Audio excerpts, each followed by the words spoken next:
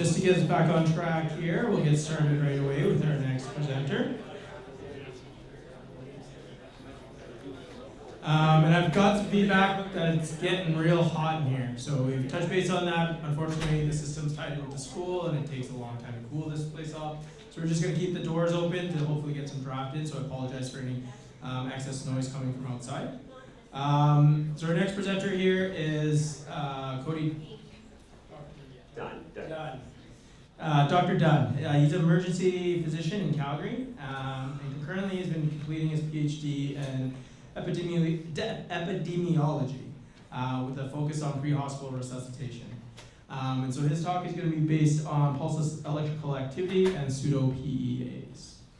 Okay. Welcome everyone. Thanks so much for sticking around. It's the first time I've tried a wireless mic. Is it working? Can everyone hear me okay? Yep, great, awesome.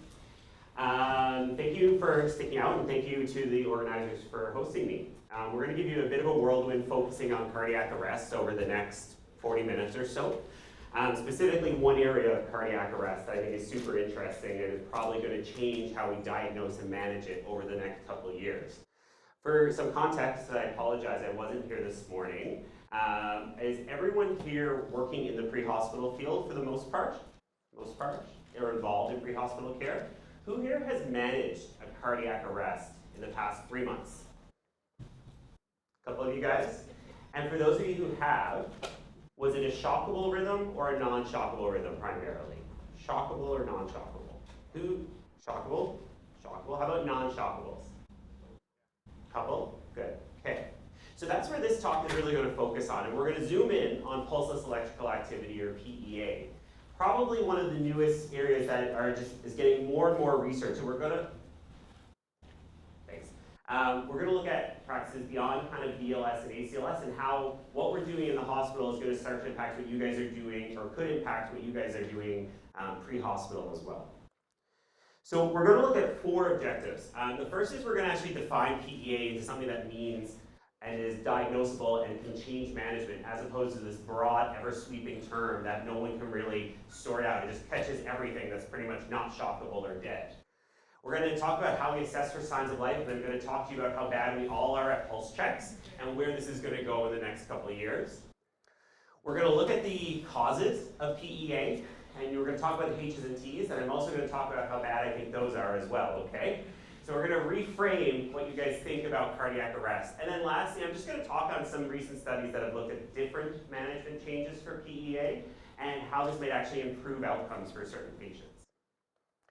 For context, there are some ultrasound videos in this that I know not everyone uses. I know there's a stereotype that emergency medicine doctors love ultrasound. I am not one of them. But I think they will really demonstrate a couple of things to you about how patients that fall within the same category of cardiac arrest are quite different.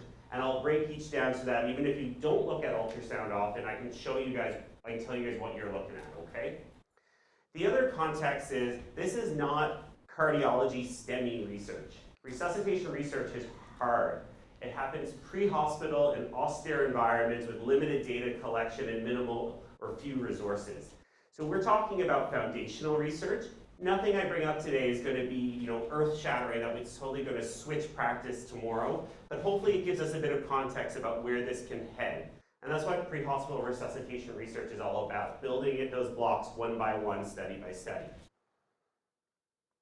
So PEA in general, there's 35,000 cardiac arrests each year in Canada. About 4 to 23% of those are out-of-hospital cardiac arrest, depending on your region. Survival's poor across the board, less than 10% generally, okay? Survival to discharge, 8%. Maybe of those who get discharged, about 2 to 15% make it to a year, and still about 10% only make it to a year in total. And that's not counting neurological status. So that's just surviving, not saying you're functional whatsoever. But there's a discrepancy. Not all cardiac arrests are equal. In fact, we know shockable cardiac arrests, those that go into VT or VF, between bystander CPR, public access defibrillator, and then what you guys are doing on the front lines as soon as you're getting there, getting early defibrillation involved, those have a drastically higher survival rate than anything else when you look at the pulseless electrical activity or the asystoles. From the CanRock data, a couple years ago, this included 2019, and 2020, PEA was about 18 to 20% of all out-of-hospital cardiac arrests. It was the second most common rhythm, and then only 5% of them survived to discharge. So about half of what we're seeing in the general cardiac arrest population. But when we think about PEA, well, what is the definition of it? Okay, the name, pulseless electrical activity, that gives it away generally. But the problem is there's no detailed definition. Everyone kind of has a nuanced vibe as to what PEA is.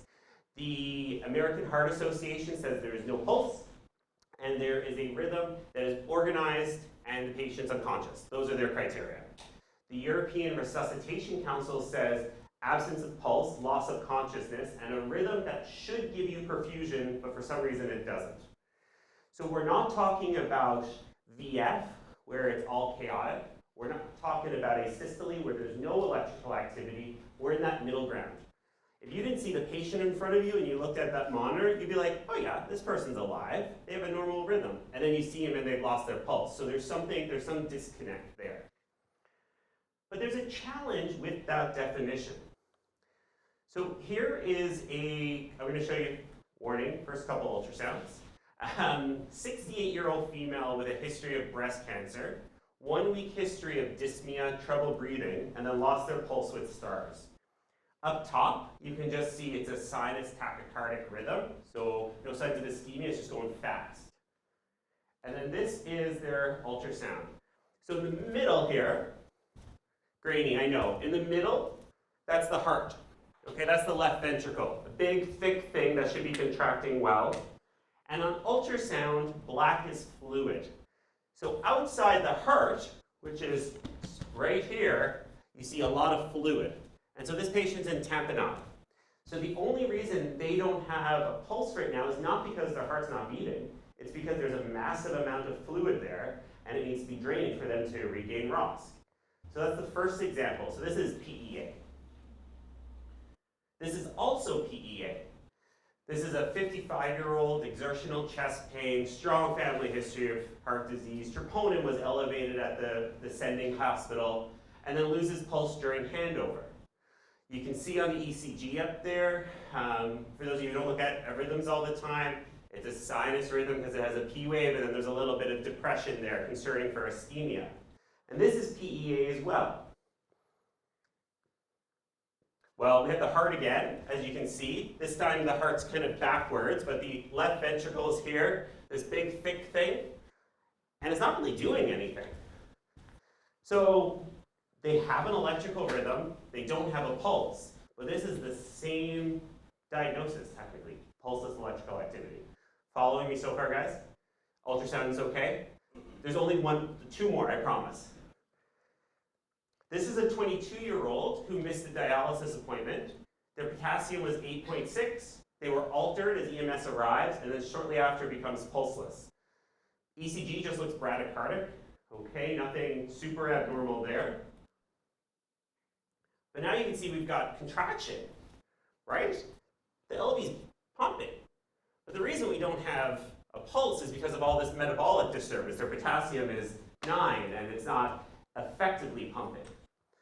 The challenge is whether the person has a big sack of fluid around their heart, a heart that's not moving, or a heart that just isn't pumping well enough is all PEA. And we treat them all the same. And that's where the issue of PEA comes in. And since the origins of ultrasound, bedside ultrasound, we've noticed really two different types of PEA. The first is that cardiac patient that I saw, or what we call true PEA. They're truly pulseless, but there's truly no mechanical motion there. They only have electrical motion. They might have a sinus beat, but their heart's not pumping whatsoever. That's true PEA. The other term, and there's a bunch of different terms out there for it, whether it's pseudo-PEA, subpalpable PEA, pulseless rhythm with echocardiographic motion, or PRAM, kind of whatever you want to call it, but you can see the difference. This person's still alive, right? Their heart is still pumping. We might not be able to feel a pulse, but there's still something there, as opposed to this person who's very close to being dead, okay? And you might say, well, they don't have a pulse, right? What difference does it make? The outcomes, it's all, we've said 5% of PEA survive, that's it. But it's not true when you start to break it down based on this. This was a study that looked at all, non-shockable rhythms, and it compared those who had motion on their heart when they came in, and those who didn't have motion when they came in. The ones with motion, you can see drastically higher survival rates. So 50% of those got ROS, 28% lived to admission, and albeit only 4% survived to discharge. But when you compare that to those who came in with organized electrical activity but no cardiac motion, it was almost 4 times as less. Okay? So there's clearly different physiology going on with these patients. And that's what I'm trying to highlight here, that PEA and pseudo-PEA have different outcomes. This was an older study. A newer study looked at all initial rhythms, and they captured whether they had motion or not initially. Can you guys still hear me okay? Yep, okay. So if you look at PEA, none of them lived. Those who came in with no cardiac motion but organized activity, they all died. Asystole, even one in asystole lives. So, they're both poor, okay? But if you look at pseudo-PEA, you had about 1/3 of those survive to discharge. Almost similar rates as our shockable rhythms, VT-VF. Small numbers, only 100 and something patients, but still, there's clearly a line here that we're starting to delineate that pseudo-PEA is actually something different going on. What I struggle with is ACLS. Because ACLS takes all of this, no pulse, organized rhythm, or even no electrical activity, so PEA or asystole or pseudo-PEA, and combines it into these steps. You've got asystole, slam them with epi every 4 minutes, and hope they come back with CPR. And that's it. That's where ACLS kind of stops, right? And don't get me wrong, ACLS is important. ACLS is our communication tool so that whether I'm working at a tertiary care emergency medicine center or I'm locuming up with just myself and a paramedic in Northwest Territories, we can communicate the same stuff and we can start the same resuscitation. But there's gotta be better than we can do knowing the difference in survival. And the problem with ACLS is that we determine whether someone's in cardiac arrest and whether and what route we're going to go entirely based on one decision. Do they have a pulse or not? And if they have a pulse, if we've made that binary decision they have a pulse, we're giving them vasopressors, we're giving them fluid, we're searching for reversible causes, we're doing everything we can to stop that person from stopping having a pulse. And if they don't have a pulse, we all set our watch timer to 20 minutes, and after 20 minutes, we call it, in addition to doing ACLS. And I'm saying 20 minutes, you can pick whatever number you want. But what I'm trying to get into your mind is that one binary decision is that terminal pathway for that patient, right? Either we're working so hard to stop them from stopping having a pulse, or we have started to kind of go towards the end where we know after 20 minutes without a pulse, we're gonna call it, or we're going to call OMC and get their advice and then call it, right? And that's a big decision. And we're basing it on one test, the pulse check.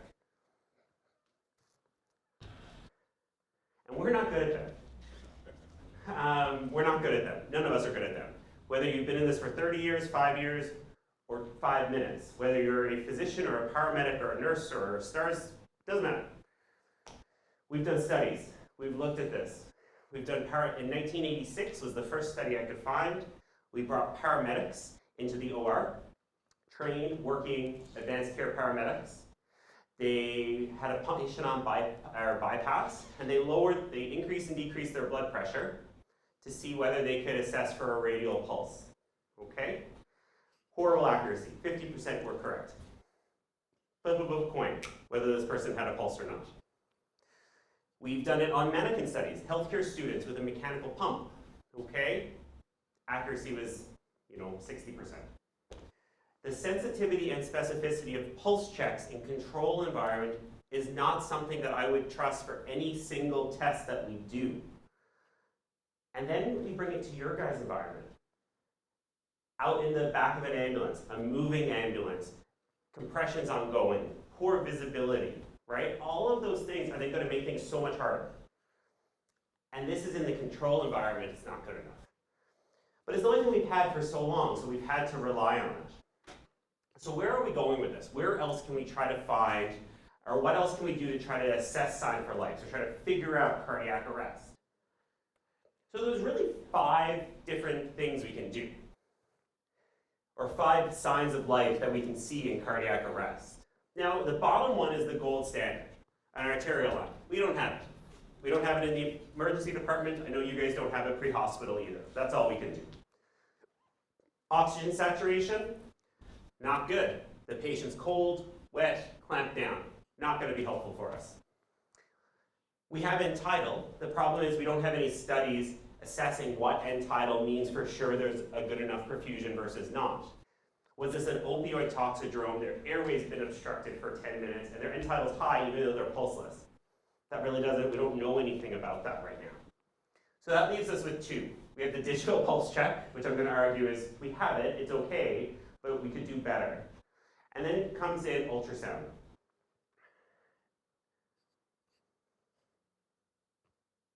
And I'm going to show you a video now about the power of ultrasound to do pulse checks. And you're going to see 2 videos over here. So this is in the neck, okay? This is, I put a little tiny probe right here. And you get your IJ, your internal jugular, and your carotid.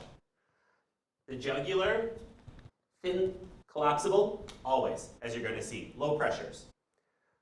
And this is the carotid.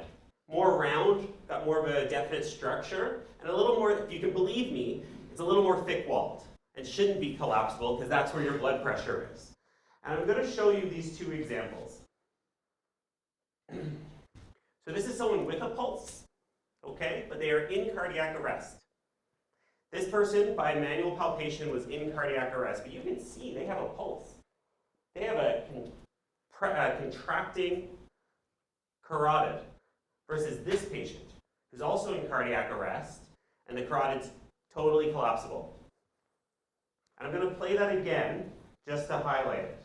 So both of these patients, by digital pulse,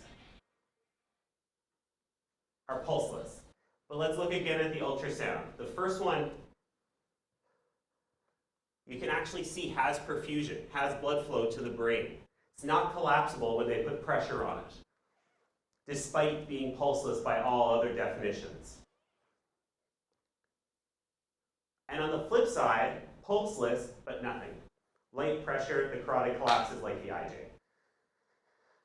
And this is where we should start to be heading. There's starting to be studies to validate this. The first studies, of course, as always, were mannequin studies. So they compared healthcare learners and paramedics in training. And they taught them this skill, 15-minute workshop, and then they had it on a mannequin, like an expensive sim mannequin that you can do ultrasound and all the things on.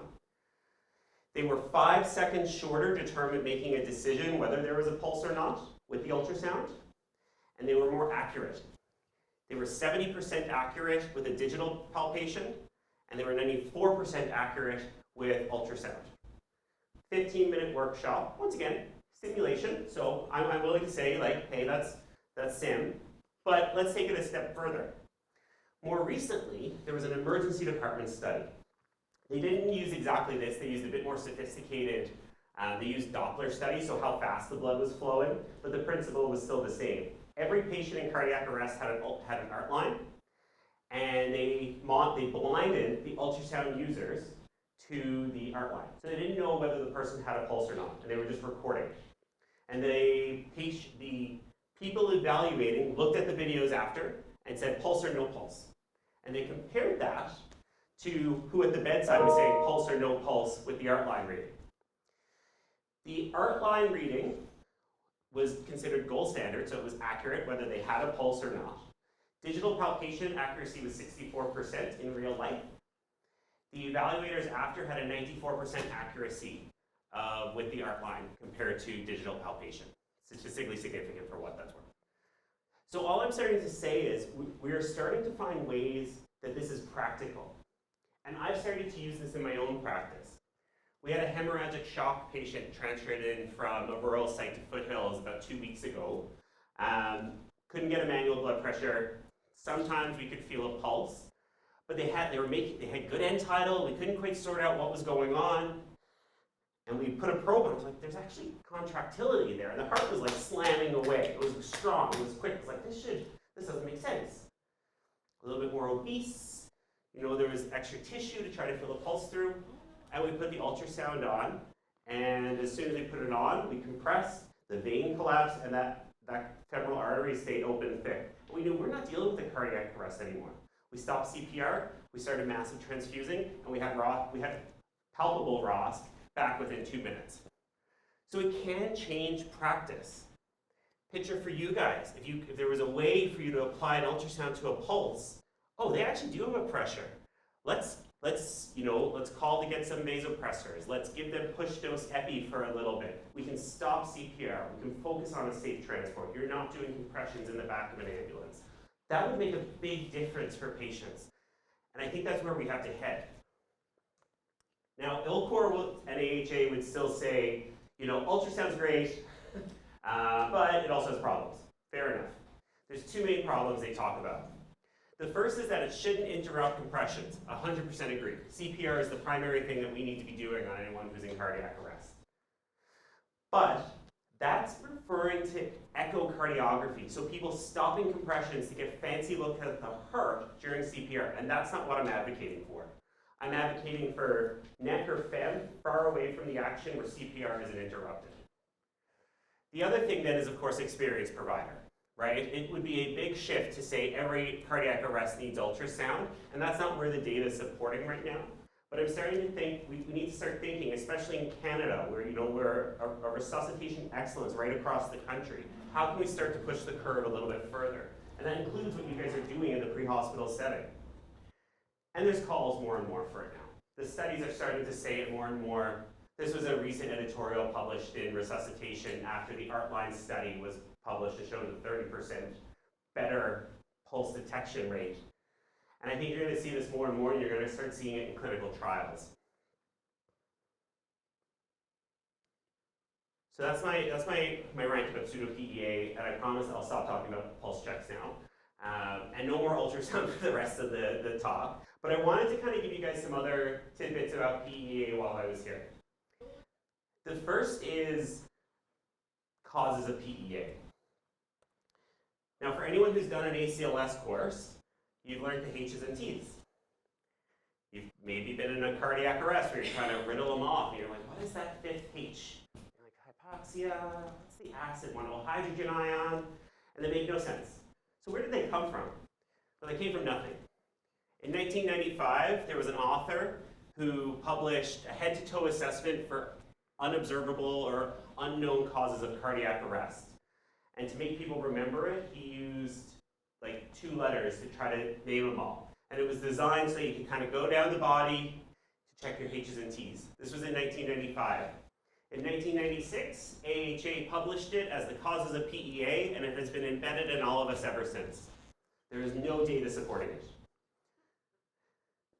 And it's stuck, right? You've been in it, if any of you have done ACLS, you've been there running the mock sims or the mock codes, and the instructor's like, you have to list them all to pass the course. It's like, no, why? So in 2012, there was a narrative review trying to evaluate that. So how many of these actually are legitimate? Like, how many of them do we see? And here's the issue. Going through a couple of them, first one I think is hydrogen ion that I talk about. Every cardiac arrest patient is acidotic, is acidemic. No one comes out of cardiac arrest with a normal pH status. And if your patient went into cardiac arrest solely because of acidemia, they had some underlying pathology going on. Giving them 2 amps of bicarb is not going to reverse their cardiac arrest. Whatever drove them to be so sick before they arrested to have a pH less than 7 is what's going to be the cause. Their CO2 was 100. They had a salicylate overdose. It has nothing to do with the hydrogen ion, and reversing it is not going to correct it on its own. In the review, and they went through PubMed and Google Scholar, they did a full review to look for cases of this. There was no hypokalemia cases ever reported in the literature as a cause of PEA. Polymorphic VT, sure. Torsades de pointe from a long QTC, sure. But that's not PEA, right? That's another cause.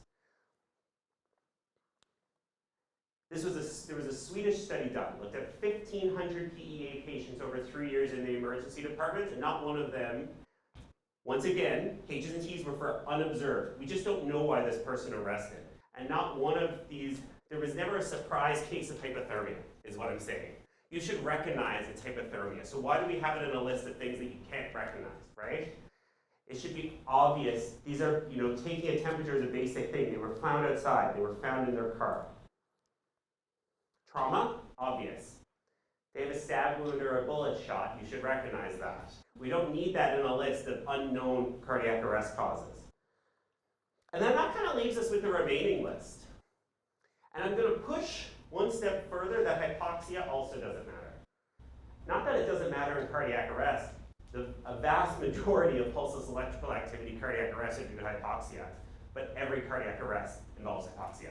And we need to reverse hypoxia in every cardiac arrest by managing the airway, by supplying oxygen.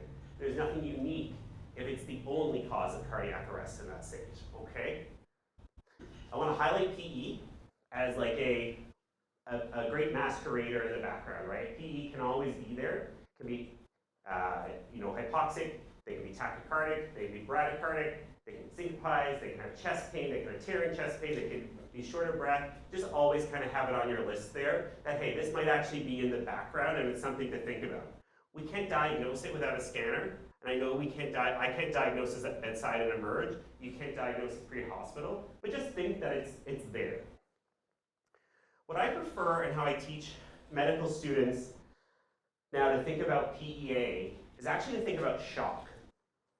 Because I remember a couple of moments ago I put up that spectrum from alive but hypotensive to dead and asystolic.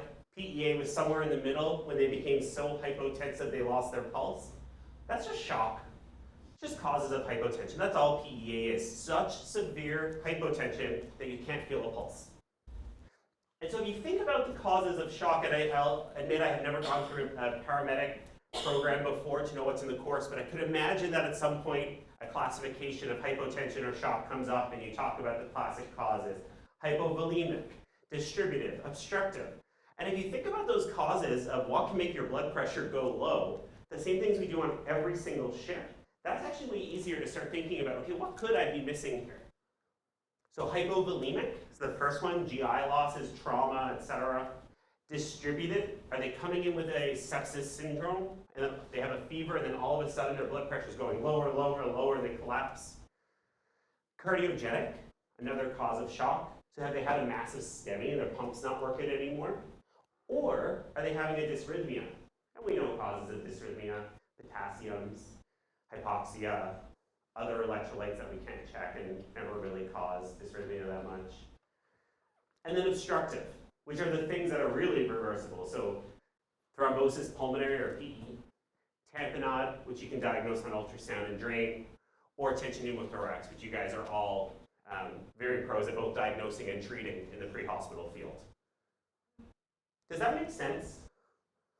From like I just found it when this was first taught to me, it's such a shift. From thinking about those H's and T's, which don't really have any organization to it, to just thinking about causes of shock. And I think that helps me clarify it. How am I doing on time, bud? Okay. A note on QRS width. I don't know if this made it into the paramedic literature and textbooks as well, but they used to think, and they used to teach, a narrow QRS was a mechanical problem, pump failure, massive PE, because there's nothing changing the electrical conduction of the heart. Whereas wide is more like a metabolic problem. They're hyperkalemic. They have a toxicity. And there was actually a study done that looked at this, and it effectively plotted, so on the y-axis, narrow at the bottom, wide at top, and then the heart rate kind of all over here. And what they did was, the triangles are mechanical, so those should be narrow, and the non-mechanical causes should be wide, so it should be near the top. And it's just a smattering. You might as well take the shapes and throw it onto the graph. There's no correlation between mechanical and non-mechanical, narrow and wide. So don't kind of fall into that trap. You can be hyperkalemic with a narrow rhythm. You can have a wide rhythm and be a PE. So that's just an important, that don't kind of fall into that trap there of going one way or the other. I'm not going to really touch on this that much. This was, some of these slides were from a department presentation that I did. And it's just that we can diagnose a lot of these things with ultrasound. You want to have me back to chat about ultrasound diagnostics another time? Happy to. I swear I don't like ultrasound that much in real life. The last objective was to talk about, okay, so we've learned about these different causes of PEA and pseudo-PEA. There seems to be a difference in survival. Well, how does that change our management? Well, there's been a couple of studies looking at that. The first person looked at giving a bolus of vasopressin. For those of you not familiar with vasopressin, it's a pure vasoconstrictor. It takes your peripheral veins, or your peripheral vessels, squeezes them shut, helps to return all that blood flow back to the heart to help support the cardiac function. These are, I mean, it was only 64 patients. It was a small study. But these odd ratios, for those who aren't familiar, most things in medicine are like an odds ratio of 3. So it's 3 times as better. We're getting 28 times as better, 34 times as better in terms of survival.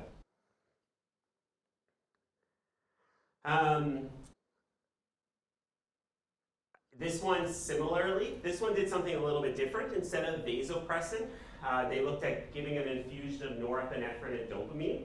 So has both some constriction, but also improves pump function. So makes the heart contract better. Similarly, better outcomes when pseudo-PEA was there. So if we modified our ACLS algorithm, for example, instead of slamming someone with epi every 4 minutes, we just give them this background vasopressor to help their flow, help their constriction, they actually had improved outcomes. And I don't know, once again, I don't know what was talked about earlier today, but there are studies showing that high dose epi, the amount of epi we give in cardiac arrest, is probably too much. You know, when you're getting to your 4th epi in 16 minutes, that person has so little vessels that anything that's going to be squeezed is squeezed. And we're seeing, especially in non-shockable rhythms, worse outcomes if we give epi. So some hospitals are actually stopping epi more than 1 or 2 in their shockable algorithms altogether. They're just done. You just focus on defibrillation and refractory defibrillation strategies. There's a Canadian study out of Toronto right now called the Dose Epi study that actually is looking at how much epi is too much epi and trying to compare to see where we should be giving it. In PEA, we know epi, which is a very good blood pressure raising medicine, helps, but what's the right dose? Do we need it to be that high, or could we just get with a good background epi infusion or norepi infusion as opposed to slamming them? And the adjuncts depend on the cause, like everything. If you think it's hypovolemic or distributed, during cardiac arrest, you should be giving fluids, of course. Maybe starting a low-dose norepi infusion is where we're headed with this. You see they have a pulse on ultrasound, there's no palpable. You just got to get that blood pressure up a little bit more. Maybe instead of a big bolus of epi, giving them an infusion is actually better for their brain overall. Pump failure, you guys see this all the time through your MIs, ECG and rhythm strips, and then managing like a sick heart. And obstruction, of course, is the relief technique. Primarily needle decompression is what we're looking at in the pre-hospital environment. You know, where most of us aren't sticking needles in the chest, in the back of an ambulance, for the heart, for the lung, sure. And you may think I hate CPR, I hate ACLS, and that's not totally true. But we're starting to see that our one-size-fits-all strategy just isn't working. There was a porcine study, so a pig study, that looked at patients that were in pseudo-PEA or pigs that were in pseudo-PEA. They could control it. And they did regular compressions versus timed compressions, where they actually had an ultrasound on the heart. And when the heart contracted, they contracted. And so they timed it with the pig heart. And it had improved, it had higher pressures, I should say, so higher outflow pressures when you did it in sync with the heart's own contraction, as opposed to the heart trying to reopen and then you're compressing. Now, in Edmonton, they're doing some great work with transesophageal echo. So instead of the ultrasound on the heart, they're putting it down the mouth and doing ultrasounds during cardiac arrest to actually help time that. And we're going to start seeing and hearing more about that, timed compressions with the contractility of the heart for PEA. I think I love this. When I was making this talk for the first time way back in 2020, this meme came up and I loved it. It's, advanced cardiac life support is probably less advanced and more like BLS plus. Not just diminishing any of it, because it is so important. And we have raised resuscitation standards by following an algorithm.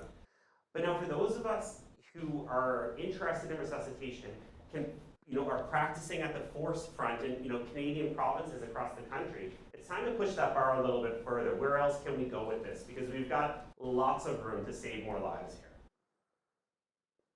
And so with that, we talked about 3 things today.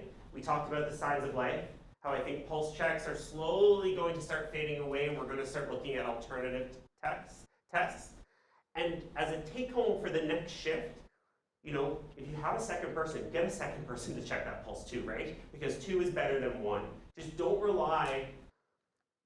have the same person checking the pulse for the entire arrest if possible. More is better because we know that 1 person accuracy alone isn't that great.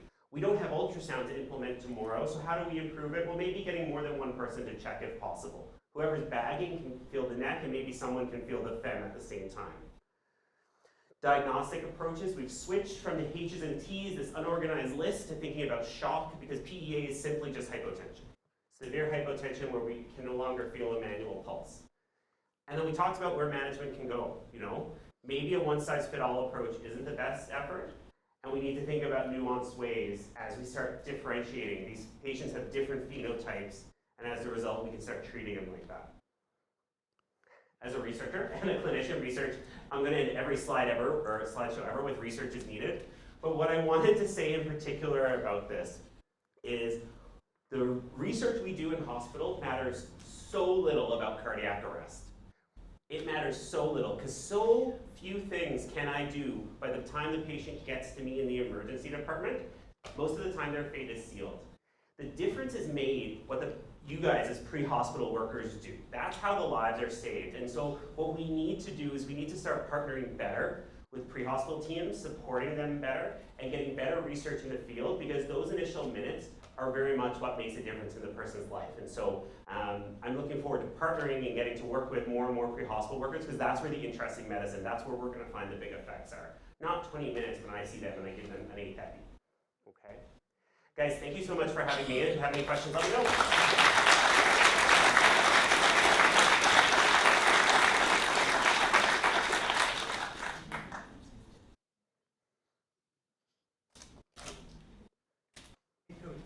Great work. I don't know, are you aware of a device called Palp PEA? Come across it along the way? No. So it's in the US, and it is about the size of our ECG line. Mm. But built in is a Bluetooth device Okay. in your smartphone.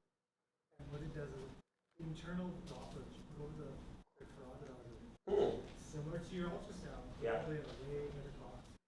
And that's something that we should maybe one day talk about. Yeah, so I actually have heard of those. I didn't know the name. So in preparing to update this talk for today, it was the first time I came about them. It's on my never-ending things to read about list.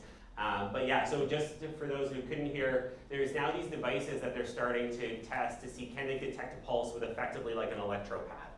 So just like we can detect the electricity of the heart, can they detect mechanical movement sufficiently with an electropad as opposed to feeling it? I don't have an answer on them yet. I'm sure there's some company who really much wants them to work, and so it'll be interesting to see the data that comes from it, and study it ourselves as well. Yeah. Have you heard anything about it, or? Well, what's funny is Jason Henderson is the one who put me on full. Oh. I haven't talked to them at all, but that's the whole technology, right? Yeah. I mean, we need to start looking for those alternatives for sure. Sorry.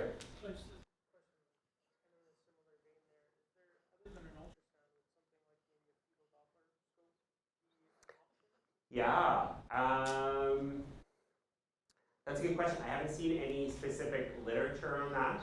I think we need to find a way to visualize it, if at all possible, because I think that's where we're at right now. It's so funny, no one's ever asked me that question before, and now I'm just thinking about it. I'm gonna do reading and let Glenn know, and I will, I'll get you know. I haven't heard anything, and there's no studies out there that I've read, but you're right in that, you know, we use them for other cases as well, and for detecting heart tones in infants, so maybe, but I don't have a good answer there. Yeah, thanks for that. More on my reading list, appreciate it. Yeah. I think that's when you bring your textbook or your cardiac arrest. Yeah. In the fetal Doppler. Yeah. Not like that was either. No. Okay, thanks guys, appreciate it.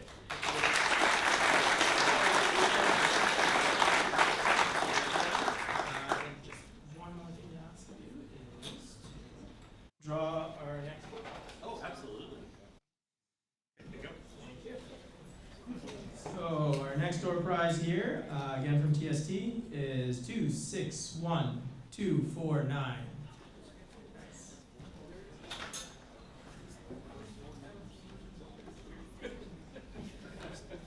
You also get a gift card as well as a first aid kit, shears, and a set of raptors. There you go. You're welcome.